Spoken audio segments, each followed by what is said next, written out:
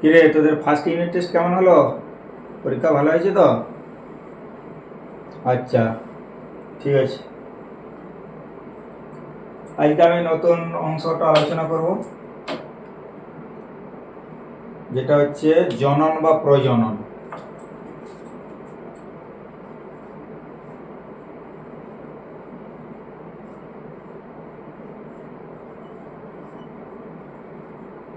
জনন কার একটু শুদ্ধ করলে তাকে প্রজনন বলা হয়, ইংরেজিতে বলে রিপ্রোডাকশন।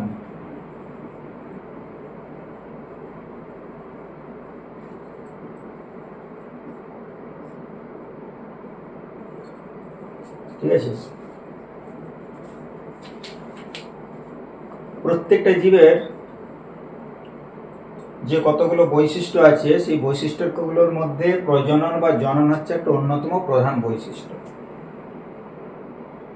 তো জনন বা প্রজননের প্রয়োজন পড়লো কেন, বা প্রয়োজন কেন?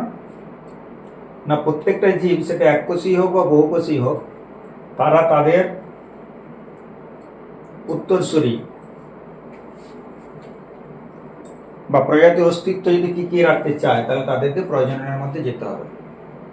এককোষী জীব হলে তাদের আকার আকৃতি খুবই ছোট, তাদের জীবনচক্র বা জীবনের সময়কাল খুব কম, তাই তারা খুব কম সময়ের মধ্যে তাদের অপত্য সৃষ্টির মাধ্যমে প্রজাতির অস্তিত্ব টিকিয়ে রাখতে পারে। এবং সেটা সাধারণত তারা কি করে না, কোষ বিভাজনের মাধ্যমে জনন সম্পন্ন করে। কোষ বিভাজন,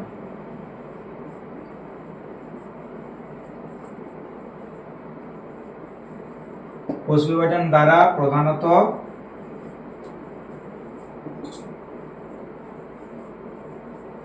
এককোষী জীব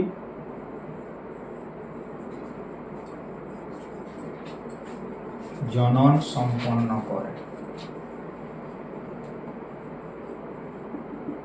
তাহলে এদের জনন সম্পন্ন করতে খুব কম সময় লাগে, মানে নতুনভাবে সৃষ্টি হওয়ার কয়েক ঘন্টার মধ্যেই তারা কিন্তু আবার নতুন নতুন জীব সৃষ্টি করে ফেলতে পারে।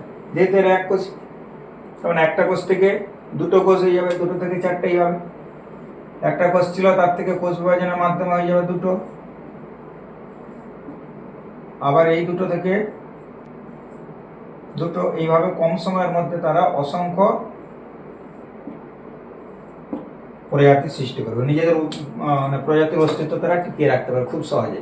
কিন্তু আমরা যদি উন্নত প্রাণীর ক্ষেত্রে বা বহুকোষী উদ্ভিদ বা বহুকোষী প্রাণীর ক্ষেত্রে আমরা চিন্তা করি, তাহলে দেখব কি তাদের কিন্তু নতুনভাবে সৃষ্টি হওয়ার ঠিক পরে পরেই তারা প্রজননে সক্ষম হতে পারে না। তাদের প্রজননে সক্ষম হতে গেলে একটা নির্দিষ্ট সময় পর্যন্ত অপেক্ষা করতে হবে, মানে একটা নির্দিষ্ট সময় দরকার।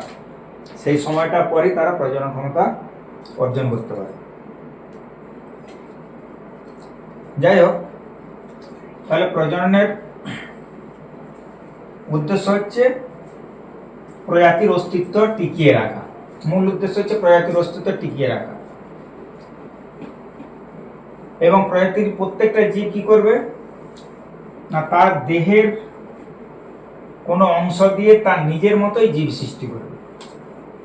দেহের কোনো একটা অংশকে ব্যবহার করবে, সেই ব্যবহার করে তার থেকে নতুন নতুন জীবের সৃষ্টি হবে বা নতুন জীব সৃষ্টি হবে। সেটাকে বলা হচ্ছে প্রজনন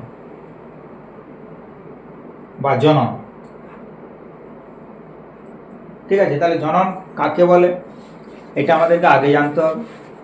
যে প্রক্রিয়ায় জীব তার নিজের দেহের কোনো অংশ দিয়ে নিজের মতো জীব সৃষ্টি করে প্রজাতির অস্তিত্ব টিকিয়ে রাখে, তাকে বলা হচ্ছে জনন। বোঝা গেল? জনন হলো একটা পদ্ধতি, যে পদ্ধতির মাধ্যমে প্রত্যেকটা জীব তার দেহের অংশ দিয়ে নিজের মতো জীব সৃষ্টি করে নিজের প্রজাতির অস্তিত্ব পৃথিবীতে টিকিয়ে রাখে, তাকে বলা হচ্ছে জনন বা প্রজনন। বোঝা গেল? এখানে কোনো দ্বিমত নেই। আর আমরা আগের ক্লাসে জেনেইছি যে যারা যৌন জনন বা অযৌন জনন সম্পন্ন করে, সেই সমস্ত জীব তারা বহুকোষী হলেও তাদের জীবন কিন্তু একটা কোষ দিয়ে শুরু হয়, পরে কোষ বিভাজনের মাধ্যমে তারা বহুকোষী জীবে পরিণত হয়। আর বহুকোষী জীবে পরিণত হওয়ার পর একটা নির্দিষ্ট সময় পেরিয়ে যাওয়ার পর তারা কিন্তু প্রজননে সক্ষম হতে পারে। যাই হোক, তাহলে প্রজননের উদ্দেশ্যটা কি? কি উদ্দেশ্য আছে না, প্রজননের প্রধান উদ্দেশ্য হচ্ছে তার অস্তিত্ব টিকিয়ে রাখা। তাহলে একটা যে জীব ছিল, সেই প্রকৃতির জীবটা যাতে পৃথিবীতে টিকে থাকে, তার একটা প্রধান উদ্দেশ্য হচ্ছে অস্তিত্ব রক্ষা করা। 2 নম্বর হচ্ছে কি সংখ্যা বৃদ্ধি। প্রত্যেকটা জীবই চাইবে তার উত্তরসূরি থাকবে, তার সংখ্যাটা বাড়বে, তাহলে সংখ্যা বৃদ্ধির জন্য প্রজননের প্রয়োজন। 3 নম্বর বৈশিষ্ট্য আমরা কি বলবো, না জীবের ভারসাম্য রক্ষা করা। এই পৃথিবীতে প্রত্যেকটা জীবই আছে, পাশাপাশি থাকে, একটা জীব আরেকটা জীবকে সাহায্য করে, বা একটা জীবের উপর অন্য আরেকটা প্রজাতির জীব নির্ভরশীল হয়। তাহলে কোনো কারণে যদি কোনো একটা প্রজাতি লুপ্ত হয়ে যায়, তাহলে সেই প্রজাতির উপর নির্ভরশীলতা বজায় রাখে যারা, তারাও কিন্তু আস্তে আস্তে লুপ্ত হয়ে যেতে পারে। তাহলে সেই লুপ্ত যাতে না হয় সেই জন্য প্রজাতির ভারসাম্য, প্রত্যেকটা প্রজাতির ভারসাম্য যাতে পৃথিবীতে টিকে থাকে তার জন্য প্রজননের প্রয়োজন। এছাড়া আছে অভিব্যক্তি। অভিব্যক্তি মানে কি, নতুন নতুন জীবের আবির্ভাব ঘটবে। কোনো কারণে ধরো প্রকৃতিতে প্রাকৃতিক বিপর্যয় হচ্ছে বা পরিবেশের পরিবর্তন ঘটছে, তাহলে পরিবর্তিত পরিবেশের সঙ্গে টিকিয়ে রাখতে গেলে নতুন বৈশিষ্ট্য সম্পন্ন প্রজাতির প্রয়োজন। তাহলে নতুন বৈশিষ্ট্য সম্পন্ন প্রজাতিটা যদি না উৎপত্তি ঘটে, তাহলে জীবের অস্তিত্ব সেখানে টিকিয়ে রাখা খুবই মুশকিল। তাই অভিব্যক্তির জন্যেও বা অভিব্যক্তির উদ্দেশ্যেও প্রজননের প্রয়োজন। এরপরে আছে নতুন প্রজাতির উৎপত্তি। নতুন প্রজাতির উৎপত্তি হতে পারে, যৌন জনন হলে তবেই কিন্তু সেখানে নতুন প্রজাতির উৎপত্তি হবে। নতুন প্রজাতি আমরা কাকে বলবো, না কোনো একটা প্রজাতি থেকে তো নতুন প্রজাতির সৃষ্টি হতে পারে না, সেখানে কি মিউটেশন হবে, পরিব্যক্তি বা মিউটেশন মানে জিনের পরিবর্তন হবে। সেই জিনের পরিবর্তন হয়ে গেলে কিন্তু একটা প্রজাতি থেকে নতুন একটা প্রজাতির আগমন ঘটে যেতে পারে। তাহলে এটাও একটা উদ্দেশ্য প্রজননের। আর হচ্ছে কি সংকর জীব সৃষ্টি। সংকর জীব মানে কি, না একটা জীবের মধ্যে নতুন বৈশিষ্ট্য সম্পন্ন, উন্নত বৈশিষ্ট্য সম্পন্ন জীব, সেটা হচ্ছে সংকর জীব। তাহলে এই সংকর জীব সৃষ্টি করতে গেলেও জননের প্রয়োজন। তাহলে এগুলো হচ্ছে জননের উদ্দেশ্য বা গুরুত্ব, বা আমরা বলতে পারি প্রয়োজনীয়তা। বোঝা গেল? এরপর আমরা আসছি জননের প্রকারভেদ বা শ্রেণী বিভাগ। জননের প্রকারভেদ মানে জনন কয় প্রকার। আমরা মূলত জননকে 4টা ভাগে ভাগ করব।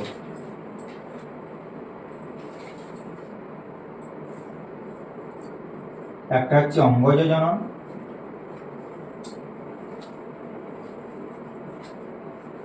দু নম্বর হচ্ছে অযৌন জনন,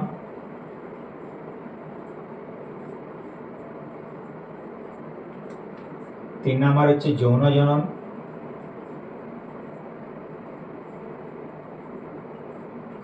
চার নম্বর হচ্ছে অপুংজনী।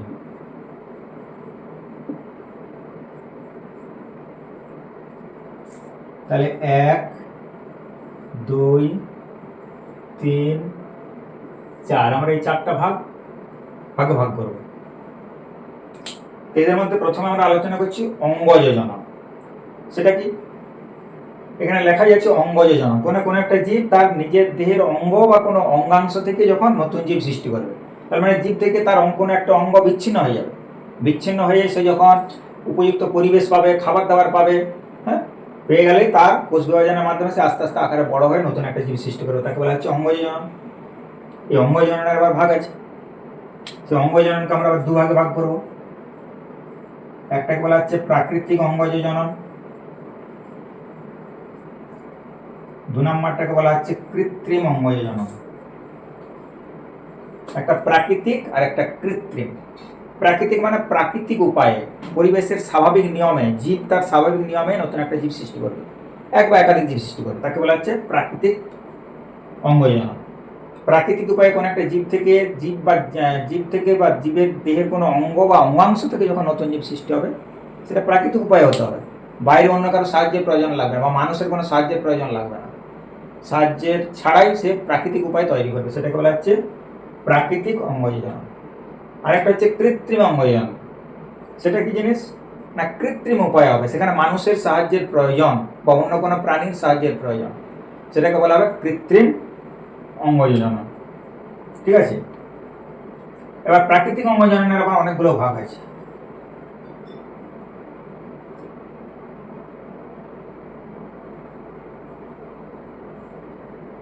সেগুলো কি, না মূলের দ্বারা প্রাকৃতিক অঙ্গজ জনন হতে পারে, মূল দ্বারা, মূলের সাহায্যে প্রাকৃতিক অঙ্গজ জনন হতে পারে। আমি আগে লিখে নিচ্ছি। পয়েন্টগুলো। এরপর হচ্ছে কাণ্ড দ্বারা।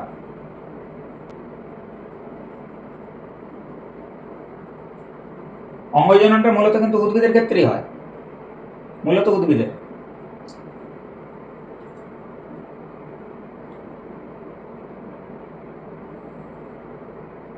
পাতা, পাতার মাধ্যমে হবে।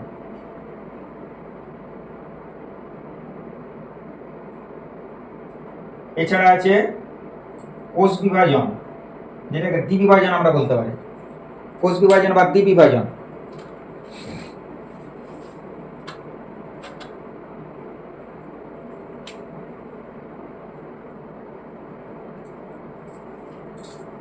দ্বিবিভাজন। আর আমরা কি বলবো? পুরোপদগম।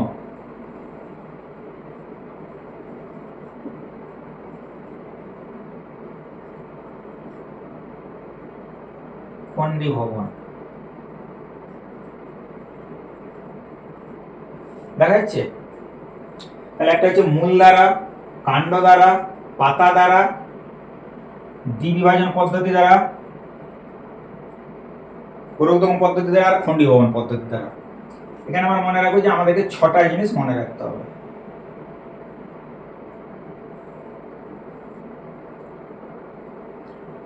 মূল দ্বারা, কিছু উদ্ভিদ আছে যাদের মূল দিয়ে তাদের অঙ্গজনন প্রক্রিয়া সম্পন্ন করে। যেমন আমরা এই যে রাঙালু শাঁকালু এগুলো খাই, এই রাঙালু শাঁকালু তাদের মূল থেকে কিন্তু নতুন জীব সৃষ্টি হয়।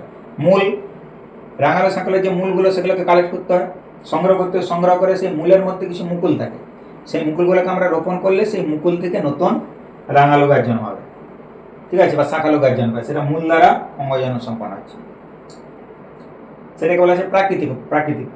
বা আমরা যদি সংগ্রহ নাও করি, ওই যে বললাম হেল্প প্রয়োজনে সংগ্রহ না করলে ওই যে মূলটা রয়ে যাচ্ছে, ওই মূল থেকেই কিন্তু নতুন করে সেখানে শাঁকালু বা রাঙালু জন্মে যাবে। তাহলে এটাকে বলা হচ্ছে মূল দ্বারা। এরপর হচ্ছে কাণ্ড দ্বারা। উদ্ভিদ কি করবে? তার কাণ্ড থেকে নতুন নতুন জীব সৃষ্টি করতে পারে।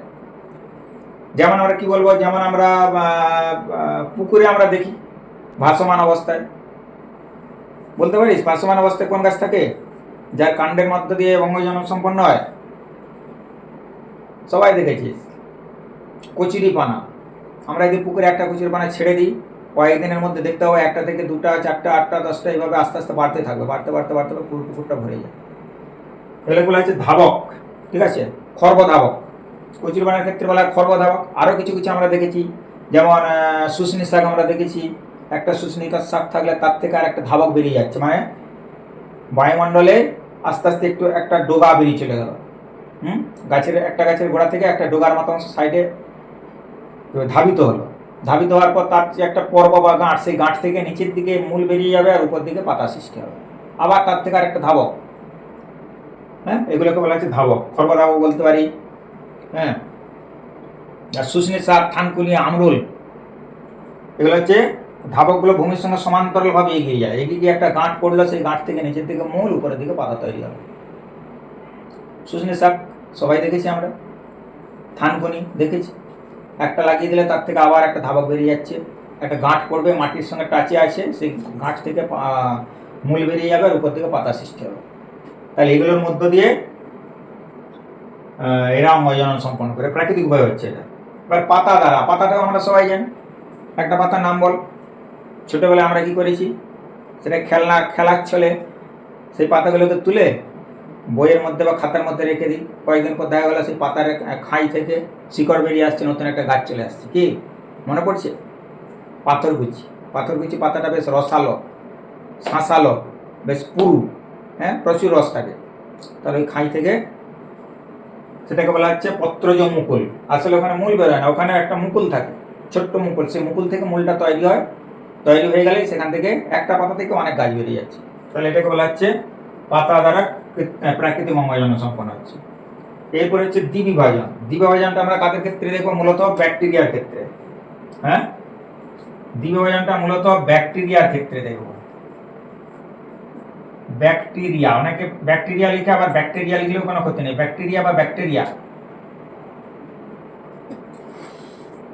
তাহলে ব্যাকটেরিয়ার ক্ষেত্রে দেখবো দ্বিবিভাজন। দ্বিবিভাজন বলতে একটা কোষ সেই কোষটা থেকে বিভাজিত হয়ে দুটো কোষ পরিণত হলো। হ্যাঁ, মানে এই কোষটা আমি আরেকবার দেখাচ্ছি। একটা কোষ ছিল, সেই কোষের মধ্যে খাঁজ সৃষ্টি হয়ে যাবে, আস্তে আস্তে আস্তে এটা হয়ে গেল, তাহলে একটা থেকে দুটো হয়ে গেল, তাহলে দ্বিবিভাজন। একটা কোষ থেকে দুটো কোষ পরিণত হলো, সেটা হচ্ছে দ্বিবিভাজন। এরপর হচ্ছে কোরকোদ্গম, কোরক বা বাডিং বলা হয় ইংরেজিতে, কোরকোদ্গম। সেটা কি? আমরা ইস্টের ক্ষেত্রে দেখো,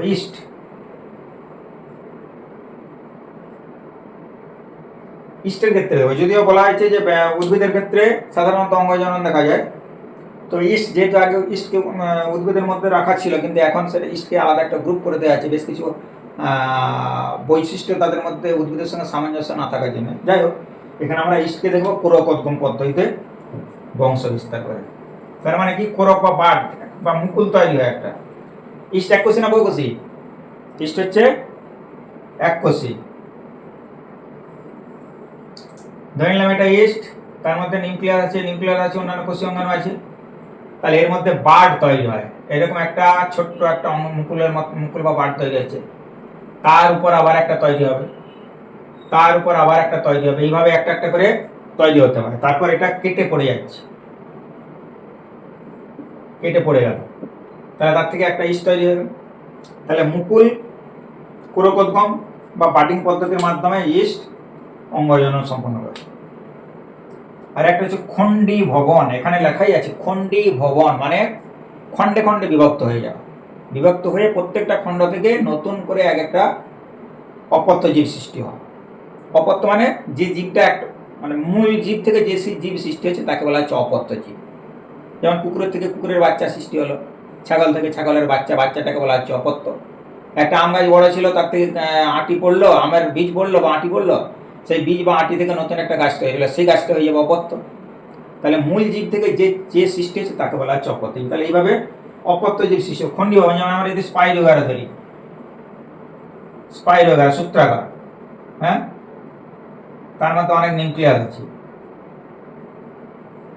স্পাইরোগারা কোথায় থাকে? স্পাইরোগারা কোন শ্রেণীর উদ্ভিদ? স্পাইরোগারা হচ্ছে শ্যাওলা, সূত্রাকার শ্যাওলা। তাহলে পুকুরে শ্যাওলা হয়ে আছে, সেই শ্যাওলা স্পাইরোগারা হয়ে আছে। স্নান করতে নামলাম, হ্যাঁ, সাঁতার কাটছি, এ করছি সে করছি, বা মাছ লাফাচ্ছে, মাছ ছুটছে, এদের আঘাতের ফলে ওই শ্যাওলা স্পাইরোগারের দেহটা যদি খণ্ড বিখণ্ড হয়ে যায়, খণ্ড ভাগ হয়ে গেল, তাহলে এই যে খণ্ডে ভাগ হলো, এই খণ্ড থেকে ভাগ হয়ে যাওয়ার পর প্রত্যেকটা কোষের মধ্যে বিভাজন হবে। বিভাজনের মাধ্যমে সে আকারে আস্তে আস্তে বড় হয়ে একটা অরিজিনাল বড় আকৃতির স্পাইরোগারে পরিণত হয়ে যাবে। ঠিক আছে, তাহলে এইগুলো হচ্ছে প্রাকৃতিক অঙ্গজনন। তাহলে অঙ্গজননটা মূলত আমরা উদ্ভিদের ক্ষেত্রেই বেশি দেখতে পাবো। তাহলে প্রাকৃতিক অঙ্গজনন মূল দ্বারা কাদের হয় বললাম? বিশেষ করে রাঙালু, শাঁখালু, না শাঁখালু কি বলে রে? শাঁখালু। কাণ্ড দ্বারা, কাণ্ডের কি বললাম? কাণ্ডের মধ্য দিয়ে আরো অনেক আছে, কাণ্ডে আমি কয়েকটা বলতে ভুলে গেছি। কাণ্ড বলতে গিয়ে কি বলেছিলাম? মনে পড়ছে একটাও?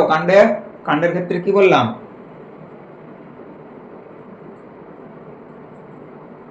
কচুরিপানা,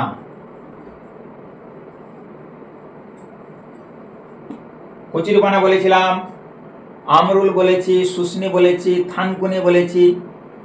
এর বাইরেও আরো কিন্তু কাণ্ডের মাধ্যমে, যেমন আমরা আদা, এই যে আমরা আদা লাগাই, আদা গাছ, পেঁয়াজ, রসুন, এগুলো কোথা থেকে হচ্ছে?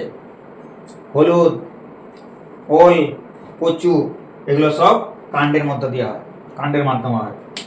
পাতার দ্বারা কি বললাম? জায়গাটা শর্ট হয়ে গেছে। পাতার দ্বারা কি বললাম? এটা মনে থাকার কথা। হ্যাঁ, ছোটবেলায় খাতার মধ্যে বা বইয়ের মধ্যে যে পাতাটা ঢুকিয়ে রাখতাম আমরা, তার নাম পাথরকুচি।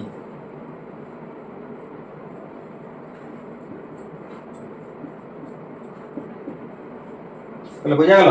তাহলে এইগুলো হলো প্রাকৃতিক অঙ্গজনন। এরপর আমরা কৃত্রিমটায় চলে যাব।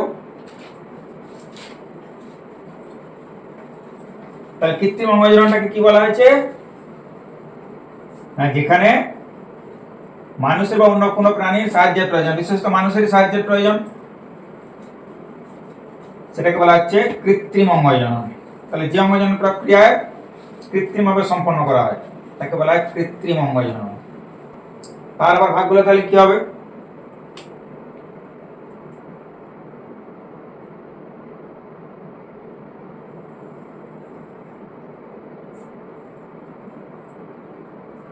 শাখা কলম,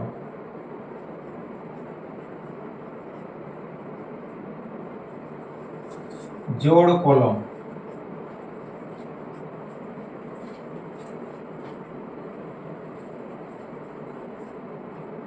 গুটি কলম,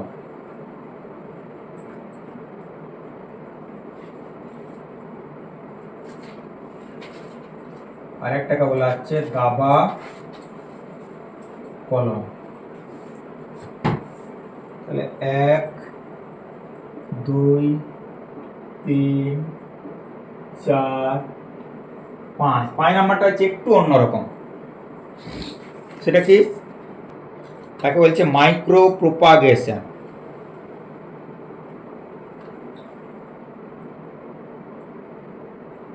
একটু অন্যরকমের মাইক্রো প্রোপাগেশন।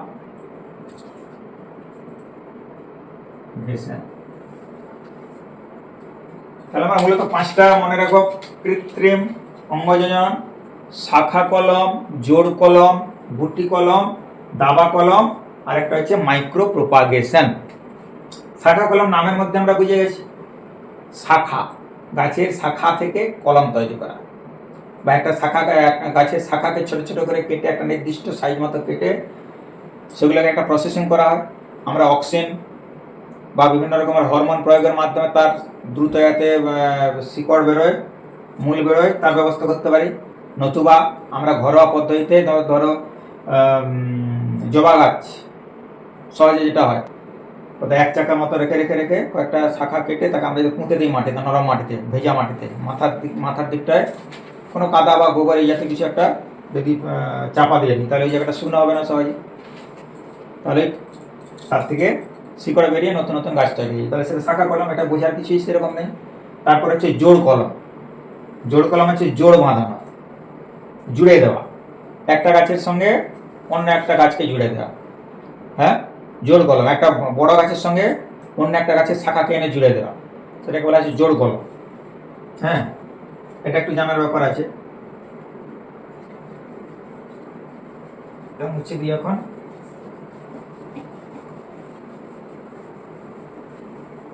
তাহলে শাখা কলমটা বোঝার কিছু নেই, গাছের কোনো একটা নির্দিষ্ট শাখাকে কয়েকটি ছোট ছোট টুকরা করে, প্রত্যেকটা টুকরোকে আমরা যদি নরম মাটিতে পুঁতে দিই তাহলে তার থেকে নতুন গাছ সৃষ্টি হয়, তাকে বলা হচ্ছে শাখা কলম, যেমন জবা, গোলাপ এগুলো। এরপরে হচ্ছে জোড় কলম, জোড় বাঁধানোর পদ্ধতি। একটা বড় গাছ আছে,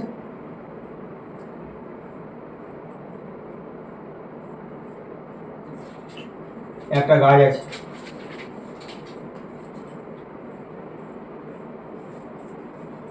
একটা শাখা,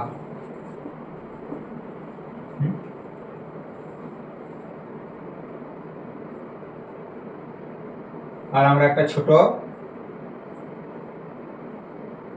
টবের গাছ নিলাম, জায়গাটা খুব ছোট হয়ে যাচ্ছে, আমি একটা রাখ ছবি আছি বোঝানোর জন্য। তাহলে এটা যদি শাখা হয়, একটা বড় গাছ তার শাখা, আর এটা ছোট গাছ, মূল গাছ।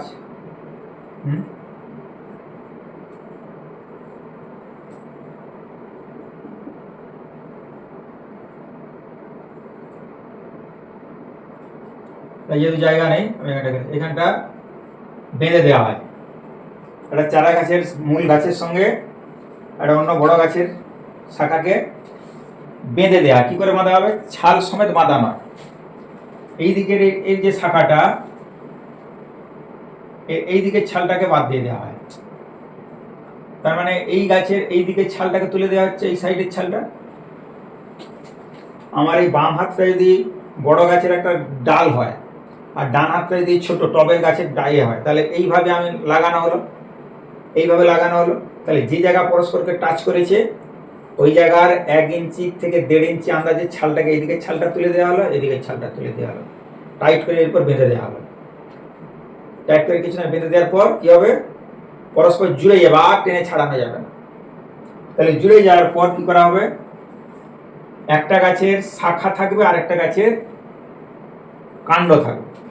কার শাখাটাকে রাখা হবে, এই গাছের শাখাটাকে রাখা হবে। এই শাখাকে এই তাহলে এইখান থেকে কেটে বাদ দেওয়া হলো, এদিকটা বাদ চলে গেল, এই ডোগাটা থাকলো। আবার এর এইখানটা বাদ দেওয়া হলো, তার মানে এর ডোগা বাদ চলে গেলে গোড়া থাকলো। তাহলে এইটাকে বলা হচ্ছে স্টক, আর এইটাকে বলা হচ্ছে সিয়ন। তাহলে মূল যে গাছটা যার কাণ্ডটা রাখা হচ্ছে সে হচ্ছে স্টক, আর যার শাখা থাকছে সে হচ্ছে সিয়ন। বোঝা গেল? এখানটা একটু বুঝতে অসুবিধা হচ্ছে? এটা কিন্তু শাখা, বড় গাছের একটা শাখা, এই একটা পদ্ধতি। এখন তো অনেক রকম পদ্ধতি বেরিয়ে গেছে, এত হিজিবিজি করার দরকার হয় না। এখানে কি করা হয়, মুছার একটা দেখাচ্ছি, অনেক পদ্ধতি আছে।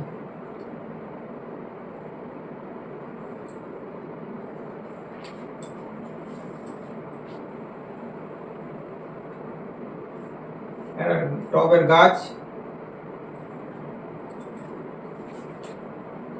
মানে কি করব, ডগাটাকে পুরো উড়িয়ে কেটে দেওয়া হবে, কেটে ডগাটা উড়িয়ে দেওয়া হবে,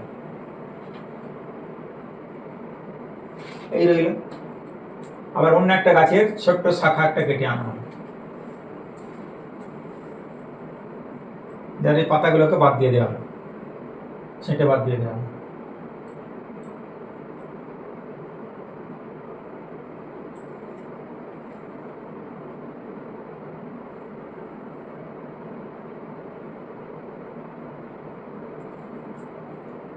কি করা হবে, এর যে এন্ড পয়েন্টটা, যে শাখাটা কেটে এনেছি, এটা কি করা হবে, ডোগাটা এরকম ছুঁচালো হয়ে যাবে, এইভাবে কাটা হলো। তার মানে ধার দিয়ে ব্লেড দিয়ে লেড ছিলার মতো করে ছিলে দেওয়া হলো। আমরা যদি ব্লেডে করে লেড ছিলে, তাহলে যেভাবে ছিলে শুরু করা হয়, এইটাকে শুরু করা হবে। আর এই যে মেন গাছটা, এই মেন গাছের মাথাটা এইভাবে আছে, এটা তাহলে কি করতে হবে, ভি এর মতো হবে, ব্লেডটা এইভাবে চালাতে হবে কোনাকুনি, এই এই কোনাকুনি চলে গেল। চালিয়ে দিলে কি হবে, এটা আমরা মুছে দিলে আকারটা দাঁড়াবে এই ভি এর মতো, আকারটা দাঁড়াবে। এখানে এই অংশটা এখানে বসিয়ে দেওয়া হবে,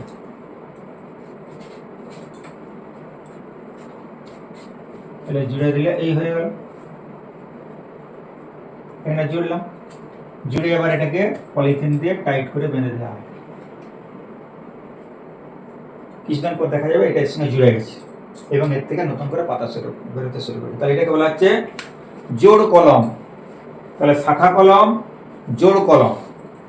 জোড় কলম আমরা দুটো টার্ম শুনতে পেলাম, কি কি মনে আছে? জোড় কলমে জোড় বাঁধানোর পর একটাকে বলা হয় স্টক, যে কাণ্ডটা আছে এটার তাহলে হয়ে যাবে স্টক। স্টকটা উল্টা পাল্টা যাতে না হয় তার জন্য মনে রাখার সুবিধা। স্টেম, যার স্টেম আছে স্টেম, সেটাই স্টক। যে অংশটা স্টেম থাকছে সেটা আমরা স্টক মনে রাখবো।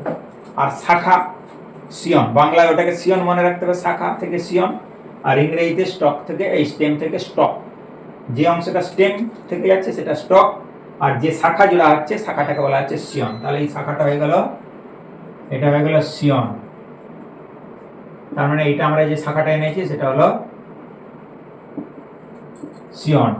ঠিক আছে, ক্লিয়ার? আচ্ছা, এরপর আমরা দেখব গুটি কলম। গুটি বাঁধানো হয়, এই জিনিসটা সবাই মোটামুটি বেশিরভাগই সবারই জানা আছে। আমরা যে কলমগুলো আমরা যদি দেখি যে হাটে বা বাজারে গেলে যেখানে কলম বিক্রি হয়, কলম চারা বলে, বেশিরভাগ ক্ষেত্রে ওইটা ব্যাপার গুটি কলম, গুটি বাঁধানো। আগে তো যখন লেবুর বাগান টাগান থাকতো বা ছিল, সেগুলোতে গুটি কলম বাঁধা হতো, গুটি বাঁধানো হয়। সেটা কি না, কোনো গাছের একটা বেশ শাখা, একটা ভালো শাখাকে চয়েস করা হয়, সুন্দর শাখা, 1.5 ফুট 2 ফুট 2.5 ফুট এরকম, তাহলে তার কাণ্ড তো এখানে শেষ নয়, কাণ্ড তো শাখা তো এখানে শেষ নয়, শাখা তো মেন গাছের সঙ্গে যুক্ত আছে, তাই না? তাহলে এই জায়গায় 1.5 থেকে 2 ইঞ্চি এদিকে ডালপালা আছে কিন্তু, হ্যাঁ, বা পাতা আছে।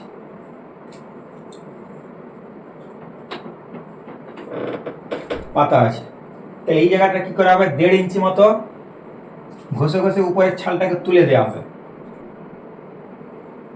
ছুরি দিয়ে ঘষে ঘষে।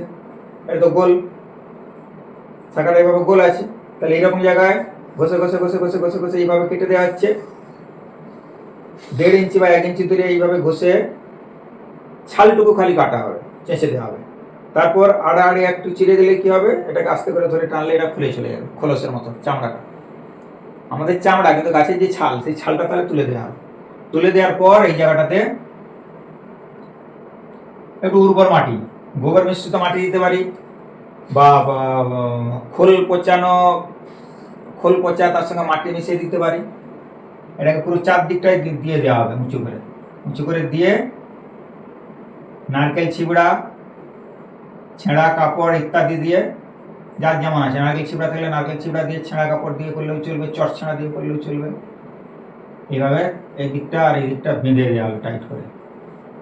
আর প্রতিনিয়ত এটা সাধারণত বর্ষার শুরুতে করে দেওয়া হয়, বৃষ্টি যদি না হয় তাহলে প্রতিনিয়ত ডেলি 2 বার করে জল দিতে হবে, হ্যাঁ, ডেলি 2 বার করে জল দেওয়া হচ্ছে। এবার বৃষ্টি হলে, বর্ষাকালে যদি প্রতিনিয়ত বৃষ্টি হয় তাহলে জল দেওয়ার দরকার নেই। 20-25 দিন কি 1 মাস পর দেখা যাবে এখান থেকে শিকড় বেরোচ্ছে। তাহলে এটা হচ্ছে গুটি কলম। শিকড় বেরিয়ে যাওয়ার পর যেখানটা গুটি বাঁধা হয়েছে তার 1-1.5 ইঞ্চি দূরে এখানটা কেটে নেওয়া হলো। কেটে নিয়ে এবার আমরা ওকে মাটিতে বসিয়ে দিলে ওটা একটা নতুন গাছ তৈরি হলো। তাহলে এটাকে বলা হচ্ছে গুটি কলম। এটা পেয়ারা, আম, এই সমস্ত লেবু, এই সমস্ত গাছে গুটি কলম হয়।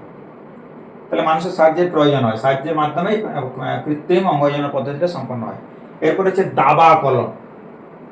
দাবা কলমটা কিছুই নয়, বাঁকিয়ে কোন একটা গাছের ডাল অনেকটা ঝুঁকে আছে, মাটিতে লেগে যাচ্ছে বা লেগে গেছে বা লাগবে করছে, তাকে যদি আরেকটু ঝুঁকিয়ে যে জায়গাটা মাটিতে টাচ হচ্ছে, এটা যদি আমার গাছের ডাল হয় তাহলে এই জায়গাটা টাচ হয়েছে, তাহলে এই জায়গাটা কি করা হবে,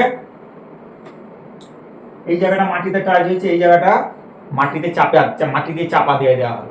তাহলে মাটিতে যদি আমরা চাপা দিয়ে দিই তাহলে কি হবে, আস্তে আস্তে মাটির সংস্পর্শে এই জায়গা দিয়ে শিকড় বেরিয়ে চলে যাবে। তাহলে এটাকে বলা হচ্ছে দাবা কলম। তাহলে এই জায়গাটা কেটে দেওয়া হলো, তখন এটা নতুন গাছ হয়ে যাবে, এটাকে বলা হচ্ছে দাবা কলম। এরপর লাস্টে এটা 5 নম্বরে আছে, সেটাকে বলা হচ্ছে মাইক্রো প্রোপাগেশন। এটা হচ্ছে সম্পূর্ণ নতুন, হ্যাঁ, এটা আধুনিক পদ্ধতি। এটা হচ্ছে কি না, গাছের কোনো কোষ বা টিস্যু, যেটাকে বলা হচ্ছে কোষ বা কলা বা পরাগরেণু, মোটামুটি গাছের দেহের কোনো অংশ, সেটাকে কালচার মিডিয়াতে কি না, ল্যাবরেটরিতে কোনো পাত্রের মধ্যে জীবের বেঁচে থাকার জন্য যে সমস্ত উপাদানগুলো, হ্যাঁ, নিউট্রিয়েন্টস, পুষ্টি উপাদান, তার মধ্যে ওই কোষটাকে রেখে একটা উপযুক্ত পরিবেশ সৃষ্টি করা হয়। সেখানে আর্দ্রতা, টেম্পারেচার যা দরকার সেগুলো ঠিকঠাক মতো রেখে দিলে দেখা যাবে কি না, ওইখানে যে সমস্ত সেলগুলো আছে কোষের মধ্যে, এই কলার মধ্যে যে কোষগুলো আছে, প্রত্যেকটা কোষ থেকে এক একটা করে নতুন নতুন উদ্ভিদ সৃষ্টি হয়।